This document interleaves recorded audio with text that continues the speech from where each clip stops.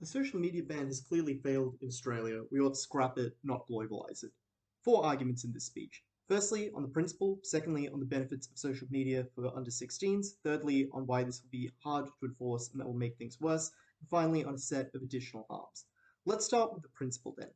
We would point out that freedom and autonomy are valuable goods and that they ought be respected. That there ought to be an incredibly high bar for the government to clamp down on the rights of kids to access social media, on the rights of parents to determine how it is they parent their kids, and on the rights of other people to access social media when there are inevitable collateral damage in the implementation of this policy.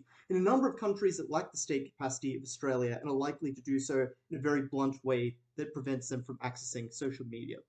Affirmative might argue that kids are entitled to lesser rights and that we restrict their rights in a number of ways because they're less capable of informed decision making. That might be true, but that is precisely why it is up to parents to make decisions about how their kids are parented. We would say that the government has no right to deny parents the ability to allow their kids to access social media in the instances that they want to, and we already allow parents to make decisions around things like education and healthcare that are clearly far more consequential. This cuts against parents' choice on how to raise their kids, and we would say that is immoral. But secondly, this is likely to deny other people access to social media, in particular older people who are less tech literate, who are likely to not understand verification processes, or be unable to navigate around them, are probably unlikely to be allowed back on social media when they're flagged as potentially being, invalid accounts. And considering these people often rely on Facebook or other social media as their only means of entertainment or communication or interaction with their family, we would say that that is also a substantial principled harm. So we think that there is a huge burden on side affirmative to justify this policy principally and to explain a very large set of benefits to overcome the principled argument that we've identified here. Secondly, though, we're going to point out that social media is beneficial to under 16-year-olds, and thus banning it would be a harmful thing to do, which is independently debate winning. Why is that the case? Three reasons. Firstly, social media is an incredibly important communication tool for individuals. Social media is how young people stay in touch and socialize. It's how they communicate with friends and family, particularly those who live far away. It's how kids who live in rural areas are able to stay in touch with other people when it would be impossible for them to meet up in person or communicate cheaply via other means. And increasingly, it is the only way to socialize. As parents become more safety conscious, they don't allow their kids outside in the way that younger generations could. There is a decline of third spaces where you can hang out for free, and kids are often busier, shuttled between extracurricular activities and tutoring in such a way that the only way you can communicate is via things like social media that don't have the logistical costs of meeting up in person and allow you to communicate asynchronously on your own time rather than having to align your schedules. But additionally, it's incredibly important for minority groups. Queer kids, or kids who are members of racial minorities, often struggle to find other people like them, often feel ostracized and alone, and social media allows them to explore their identity, to find other people like them, and to feel like things can be okay. It's also a great way for kids to explore their hobbies and their other interests, to learn more about themselves and the world in a way that they otherwise would not be able to. Secondly, it's an incredibly important educational tool. Resources are all over YouTube that would be blocked now when you're only allowed to access YouTube Kids, and there are all manner of other parts of all manner of other platforms that provide many educational videos that kids will now not be able to access. But finally, it is just an important source of entertainment for kids when otherwise they often would struggle to access comparably cheap and entertaining things in the counterfactual. So we would say social media does an enormous good for these kids, and therefore banning them from it would be an active harm.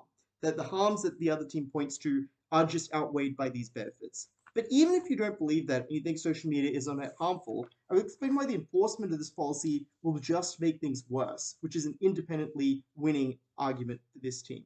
Firstly, there are many incentives for kids to remain on social media. They want to communicate with other people, they enjoy the entertainment, they don't really care what the government has to say. And two, there are many means for them to do so. Firstly, they could use VPNs to jurisdictions that are less able to enforce this ban. Secondly, they could use alternate platforms that aren't subject to the ban. For example, when TikTok was banned in the US, people immediately moved to Rednote, a Chinese clone. Or when social media ban occurred in Australia, people moved to Russian social media sites like Yandex that weren't subject to that ban.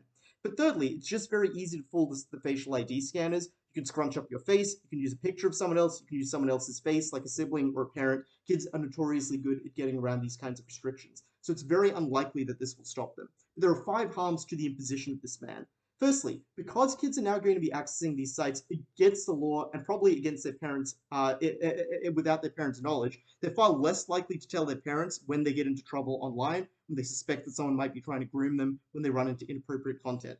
Two, there'll be far less education about using social media safely, because when the government has said that kids aren't on it, to educate them on safe use of social media would be to concede that their policy isn't effective and would make them look bad. Thirdly, because kids will no longer be using kids' accounts, there's likely to be less moderation of their accounts. They're likely to be subject to less appropriate ads like gambling or adult content.